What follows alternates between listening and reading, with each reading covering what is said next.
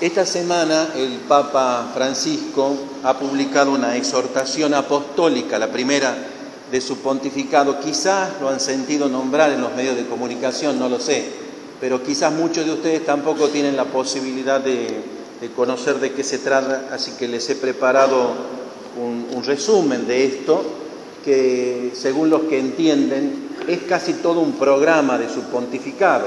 Creo que va a ser muy útil, aunque sea en la brevedad que nos da el tiempo de la misa, poderlo enunciar mínimamente. Así que les pido un esfuerzo intelectual en este sentido, como para que puedan recibir lo que el Papa quiere, no solamente que leamos todos, el Papa quiere que lo llevemos a la práctica.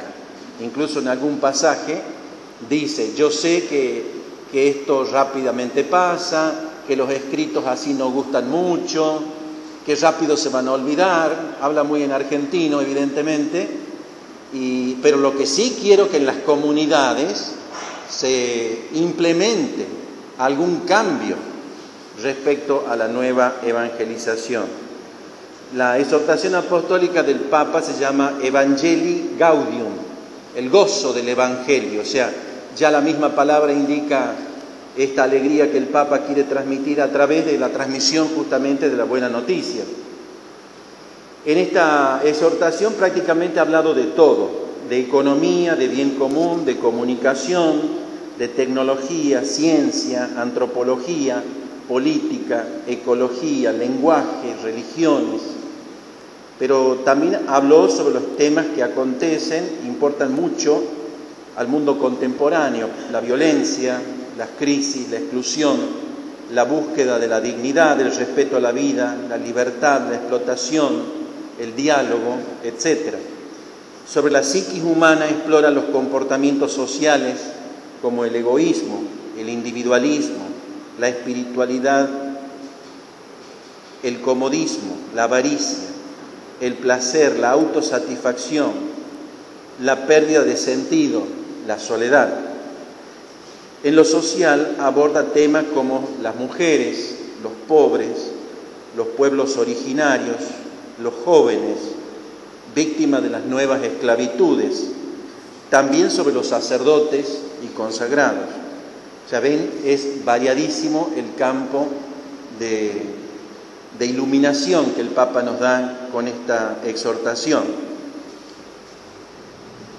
Casi toda la exhortación está basada en la humildad, se podría decir, porque ni el Papa ni la Iglesia, dice él, tienen el monopolio en la interpretación de la realidad social o en la propuesta de soluciones para los problemas contemporáneos. El Papa indica que el camino hacia el destino del hombre debe abrirse constantemente al acontecimiento de Dios en la historia y el esfuerzo de discernir en consecuencia. Alguna vez habíamos hablado de esto, de que Dios no es una definición de catecismo, sino que es un Dios de acontecimiento. Por lo tanto, en todo lo que pasa, pasa Dios. Y si no podemos discernirlo, no pasa nada. Esto es lo que dice el Papa. Evangelii Gaudium abre la oportunidad a que la Iglesia mire fuera de sí y tenga más certeza en su amplitud de horizonte cultural, más que en la expansión de su territorio. Pasar a una dinámica de justicia y ternura, de contemplar y caminar hacia los demás, porque así volvemos a creer, dice él, en lo revolucionario de la ternura y el cariño. Francisco insiste en la experiencia de la alegría al servicio y el diálogo, la entrega como actitud de respuesta a los riesgos de la sociedad contemporánea, riesgos que mantienen a la humanidad triste y llena de resentimiento, autosatisfecha y llena de inquietudes, pobre y engreída. El Papa hace una cruda descripción de los desafíos sociales con un lenguaje crítico que se posiciona claramente frente a una economía de exclusión y de inequidad. Él dice así: esta economía mata. Se considera al ser humano en sí mismo como un bien de consumo que se puede usar y luego tirar. Ya no se trata simplemente del fenómeno de la explotación o de la opresión. Ahora, los excluidos no son explotados, son sobrantes, se desechan, mucho peor. Francisco no comulga con las ideas de que un crecimiento económico en las altas esferas se derrame hasta provocar mayor equidad e inclusión social hacia los demás abajo. Como que llenando mucho a los de arriba, algo se derramará para los de abajo. Y él dice, esto no se ha cumplido, no hay ejemplos de esto en el mundo. Mientras tanto, los excluidos siguen esperando. El modelo termina por generar violencia, porque los mecanismos de la economía actual promueven una exacerbación del consumo, pero resulta que el consumismo desenfrenado, unido a la inequidad, genera tarde o temprano una violencia que las carreras armamentistas no resuelven ni resolverán jamás. La crítica al modelo económico alude a un comportamiento social irresponsable. Para poder sostener, dice el Papa, un estilo de vida que excluye a otros, o para poder entusiasmarse con ese ideal egoísta, se ha desarrollado una globalización de la indiferencia. Fíjense qué caro que cuesta mantener ese modelo. Globalización de la indiferencia. Casi sin advertirlo, y esto te pasa a vos y me pasa a mí, nos volvemos incapaces de compadecernos ante los clamores de los otros. Ya no lloramos ante el drama de los demás, ni nos interesa cuidarlos, como si todo fuera una responsabilidad ajena, que no nos incumbe. La cultura del bienestar nos anestesia y perdemos la calma si el mercado ofrece algo que todavía no hemos comprado. Mientras todas esas vidas truncadas por falta de posibilidades nos parecen un mero espectáculo que de ninguna manera nos altera. Hasta las imágenes de la televisión, las más crudas, las miramos con pasividad porque estamos anestesiados por una sociedad violenta. Francisco intenta responder el cómo ser iglesia bajo estos considerandos. Y la autocrítica que hace el Papa en esta exhortación es fundamental.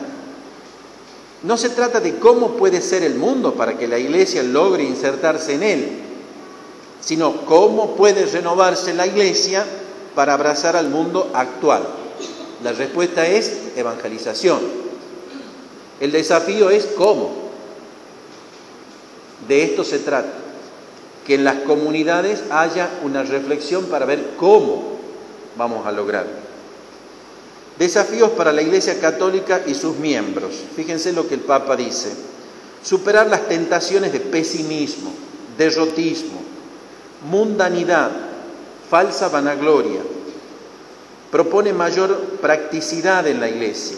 Él dice así: sueño con una opción misionera, capaz de transformarlo todo, para que las costumbres, fíjense, costumbres, estilos, horarios, lenguaje y toda estructura eclesial se convierta en un cauce adecuado para la evangelización del mundo actual, más que para la autopreservación de la Iglesia. La evangelización en primer lugar. Sugiere más apertura y constante discernimiento, porque la Iglesia también puede llegar a reconocer costumbres propias no directamente ligadas al núcleo del Evangelio. Esto es muy interesante que dice el Papa. Algunas costumbres muy arraigadas a lo largo de la historia que hoy no son interpretadas de la misma manera y cuyo mensaje no suele ser percibido adecuadamente. Pueden ser bellas, pero ahora no prestan el mismo servicio en orden a la transmisión del Evangelio. No tengamos miedo de revisarlas. Prefiero una iglesia accidentada, dice el Papa Francisco. Prefiero una iglesia herida y hasta manchada por salir a la calle, antes que una iglesia enferma por el encierro y la comodidad de aferrarse a las propias seguridades. No quiero una iglesia preocupada por ser el centro que termine clausurada en una maraña de obsesiones y procedimientos. Una iglesia burocrática. Él quiere una iglesia evangelizadora, una iglesia en salida. Propone además que la iglesia sepa adelantarse, que esté presta a tomar iniciativas sin miedos, salir al encuentro. Vayan pensando estas palabras, porque son para ustedes, para que después de esta misa algo se hable en la casa y podamos decir, ¿y cómo lo hacemos? Él quiere una iglesia involucrada en la vida cotidiana de los demás, achicando distancias, bajarse hasta la humillación si fuera necesario, dice, para acompañar a la humanidad, a tener paciencia, a saber fructificar y encarnarse en una situación concreta y a dar frutos de vida nueva, celebrando y festejando cada pequeña victoria, cada paso adelante, el disfrute de lo espiritual que no hemos recibido como transmisión de la fe. No disfrutamos la fe, muchas veces como que solo la padecemos. Por eso somos cristianos de Cuaresma, cristianos de Viernes Santo, con grandes procesiones, manifestaciones, cristianos de Vía Crucis. Bueno, el Vía Crucis es una etapa de la vida de Jesús que lo lleva a la más importante, que es que hoy está vivo y que vive en los agrarios y que vive dentro tuyo, que te habita, que está en ti. En esta exhortación hay esperanza en la creatividad y en la audacia. El desafío es comunicar y compartir libertad, verdad y belleza. Escuchen, libertad ante las esclavitudes del mundo moderno. Verdad y belleza. La belleza también acerca a los hombres a Dios. Promover el bien a través de la amistad, el encuentro, la alegría que llevan al ser humano a una realización personal, intensa y superior, plenamente trascendente.